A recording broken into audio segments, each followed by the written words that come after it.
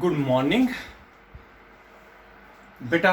जो आज का क्वेश्चन है वो दूसरी क्वेश्चनों से थोड़ा सा डिफरेंट है। करना तो उसी तरीके से है लेकिन थोड़ा सा इसमें सोच समझ के डायमेंशंस लिखने हैं। वो आप लोगों को मैं क्वेश्चन में सिंपलीफाई करते करते वक्त आप लोगों को समझाऊंगा। क्वेश्चन है द फ्रीक्वेंसी न्यू। ये बोर्ड एग्जाम में आ चुका है बेटा, very important question. Board exam में ये पहले भी एक दो बार आ चुका है, ठीक है बेटा। तो इस क्वेश्चन को आप ध्यान से समझ लीजिए। क्वेश्चन है the frequency nu. Frequency nu से डिनोट करते हैं of vibration of a structured string depends upon length, mass per unit length, शाबाश, tension, T in the string. मैं तीनों समझाऊंगा। आप लोगों ने देखा होगा जैसे गिटार में वायर होती है, अगर हम उसको ऐसे करेंगे आवाज निकलती है, वाइब्रेशंस होती है। उन वाइब्रेशंस की फ्रीक्वेंसी हमने किससे? न्यू से। गिटार या रबर भी अगर आप लोग मुंह में रखते हो धातु के नीचे, दूसरा एंड ऐसे करोगे, आप लोग ऐसे वाइब्रेशन करते हो रबर को, उसमें भी क्या होता है? शाबाश बेटा, उसमें भी वाइब्रेशंस आती है। वाइब्रेशंस की फ्रीक्वेंसी कितनी है? न्यू। वो फ्रीक्वेंसी डिपेंड करती है length of the string. String का मतलब हो गया ये लेंथ कितनी है स्ट्रिंग पर। जो इस स्ट्रिंग में, स्ट्रिंग का मतलब है धागा, थ्रेड। अच्छा, इस स्ट्रिंग की लेंथ है एल। जो इसमें वाइब्रेशंस आती है उनकी फ्रीक्वेंसी है न्यू। ये न्यू डिपेंड करता है तीन चीजों पर, लेंथ पर, लेंथ ऑफ द स्ट्रिंग, दूसरा है मास पर यूनिट लेंथ। एक यूनिट लेंथ में, मान लीजिए यहां से यहां तक है यूनिट लेंथ, अगर ये 10 सेंटीमीटर है, 1 सेंटीमीटर में कितना मास है? Mass per unit length, mass upon length. Mass per unit length का मतलब क्या है? एम, मास पर यूनिट लेंथ। इस पर डिपेंड करता है। और टेंशन, टेंशन का मतलब हो गया फोर्स। फोर्स इधर देखो, अगर ये कोई स्ट्रिंग है, ये स्ट्रिंग, इसमें अभी टेंशन है ही नहीं, ये अभी फ्रीली है, देखो कर्व है। लेकिन अगर मैं इसी को इस बोतल के साथ टाइट कर लूंगा, इधर देख लीजिए, ये देखो, अब ये स्ट्रिंग, इसको मैंने वेट लगाया, ये स्ट्रिंग टाइट हो गई। इसका मतलब वेट नीचे की तरफ है, स्ट्रिंग टाइट हो गई ऊपर की तरफ। इसको बोलते हैं टेंशन। वेट नीचे की तरफ, टाइटनेस आ गई स्ट्रिंग में। क्या आ गई बेटा? टाइटनेस। ये देखो खुद ब खुद टाइट हो गई, इसका मतलब हो गया टेंशन।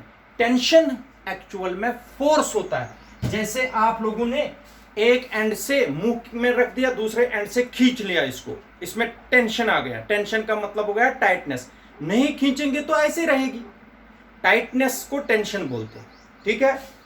तो टेंशन टी, टेंशन क्या है बेसिकली? एक्चुअली बेटा फोर्स। इसका मतलब हो गया ये जो फ्रीक्वेंसी है न्यू, कितने फैक्टर्स पर डिपेंड करती है? शाबाश बेटा, सॉल्यूशन में क्या लिखेंगे? फ्रीक्वेंसी कितने फैक्टर्स पर डिपेंड करती है? Nu is directly proportional to किसको? पहले लेंथ हो गया L raise power A, mass per unit length M है, मास पर यूनिट लेंथ हो गया एम। ये मास नहीं है, ये मास पर यूनिट लेंथ है, M raise power B.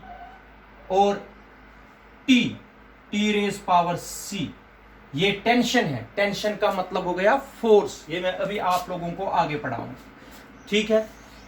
New is equal to K L raise power A, M raise power B, T raise power C. This is equation number first. बेटा mostly ये जो question है बच्चों से गलत होता है।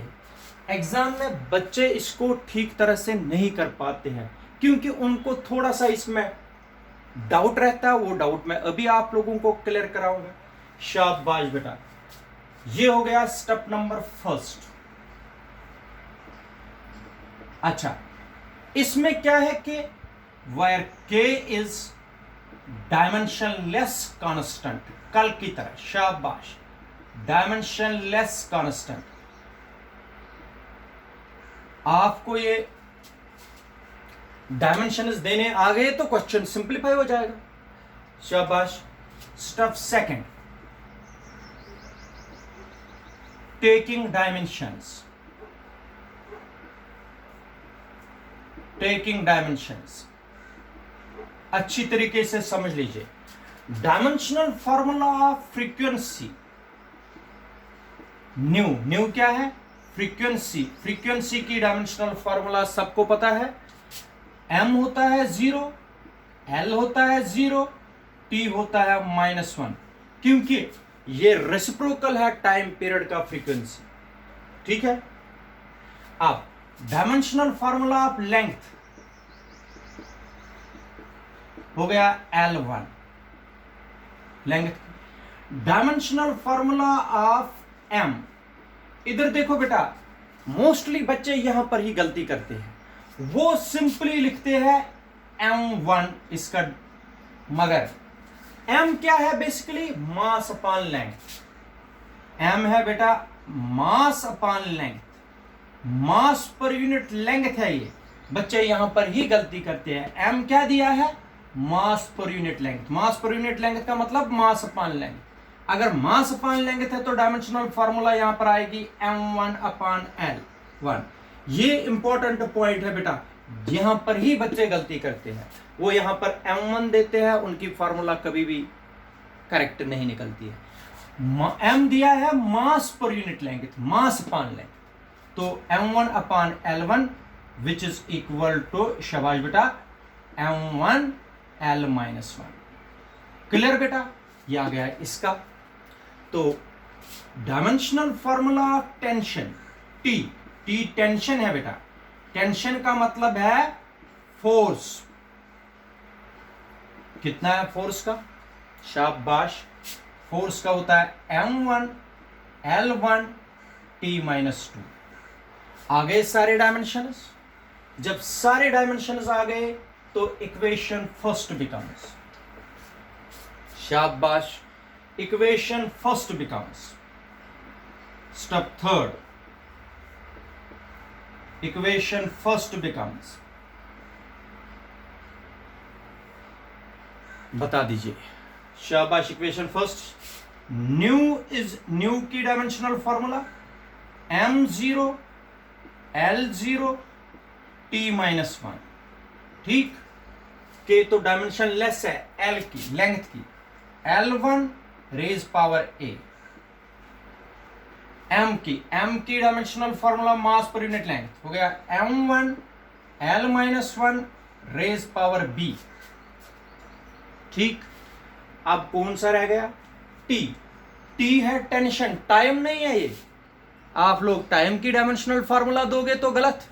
T है टेंशन, टेंशन तो फोर्स होता है, m1 L1 T-2 raise power C। ऐसा क्वेश्चन ही पेपर में आता है जो आपको डाउट क्रिएट करेगा, शाबाश। ये हो गया L रेज पावर A, फिर M raise power B, L raise power -B, ठीक है, शाबाश। ये हो गया M raise power C, L raise power C, T raise power -2C। अब तो कैलकुलेशन करनी पड़ेगी। तो m कितने हैं? 1 और 2, m है 2, हो गया m B प्लस C, ठीक है, B प्लस C। तो मास हो गया, अच्छा L कितने हैं? 1 2 3, हो गया basis same power add A minus B plus C, हो गए ये भी। अब T कितने हैं? T तो एक ही है, T रेज पावर -2C। यहां से बेटा है m0 L0 T-1। Step fourth, using principle of homogeneity, principle of homogeneity, शाबाश, लगा दीजिए principle of homogeneity. B plus C is equal to B plus C, M का पावर है बी प्लस सी, यहां का पावर है 0, B plus C is equal to 0. This is equation number second. ठीक है बेटा. फिर क्या आएगा, a minus B plus C is equal to 0. a minus B plus C is equal to 0. This is equation number third. ये आ गई. ठीक. अब minus 2c is equal to -1, -2c is equal to -1, ये और ये cancel, c is equal to 1/2. This is equation number fourth. ठीक है बेटा. ये तो कैलकुलेशन आप लोगों को करनी पड़ेगी. जब तक आप लोग नहीं करोगे तब तक a, b और c नहीं निकल पाएंगे. ठीक. c का वैल्यू यहां से फोर्थ से सेकंड में, using fourth equation in second. ठीक है. फोर्थ इक्वेशन इन सेकंड में डाल दीजिए. शाबाश बेटा. क्या आएगा, b plus 1/2 is equal to 0, b is equal to -1/2. This is equation number fifth. c भी आ गया, b भी आ गया. Using fourth and fifth in third, using fourth and fifth in third. Fourth equation और फिफ्थ इक्वेशन थर्ड में डाल दीजिए. ठीक है बेटा. क्या आएगा, a माइनस है b -1/2 plus c plus 1/2 is equal to 0. ये हो गया a plus 1/2 plus 1/2 is equal to 0. Clear बेटा. समझ आया, समझ आया कि नहीं. ये बन गया 1. a plus 1 is equal to 0, a is equal to -1. ये है इक्वेशन नंबर 6. अब देखो बेटा, a का वैल्यू भी, b का वैल्यू, c का वैल्यू आपको पता है. Using a, b and c in first, using a, b, c in first. a का वैल्यू, b का वैल्यू और c का वैल्यू फर्स्ट में लगा दीजिए. बताओ क्या आएगा. शाबाश बेटा, बता दीजिए. न्यू बन जाएगी frequency is equal to K, L raise power क्या आएगा, a -1, m raise power b है -1/2, t का पावर है c, हो गया t रेज पावर 1/2. तीनों के पावर्स यहां पर हमने इस इक्वेशन में डाल दिए. न्यू क्या बनेगा, देखो बेटा, nu is equal to k/l, l का पावर माइनस में है, t का पावर और t raise power 1/2, m raise power 1/2. ठीक. क्लियर बेटा, क्लियर. ये हो गया nu is equal to k/l root of t/m. This is required formula. बेटा ये रिक्वायर्ड फार्मूला है जो आपको पेपर में आ सकती है. ठीक है बेटा. This is the required formula for frequency of vibration of A stretched string. Frequency of vibration of A stretched string, ये याद रखना, क्वेश्चन आ सकता है. तो ये आ गई nu is equal to k/l root t/m. ठीक है बेटा, समझ आ गया. क्लियर. नेक्स्ट क्वेश्चन पर जाएंगे.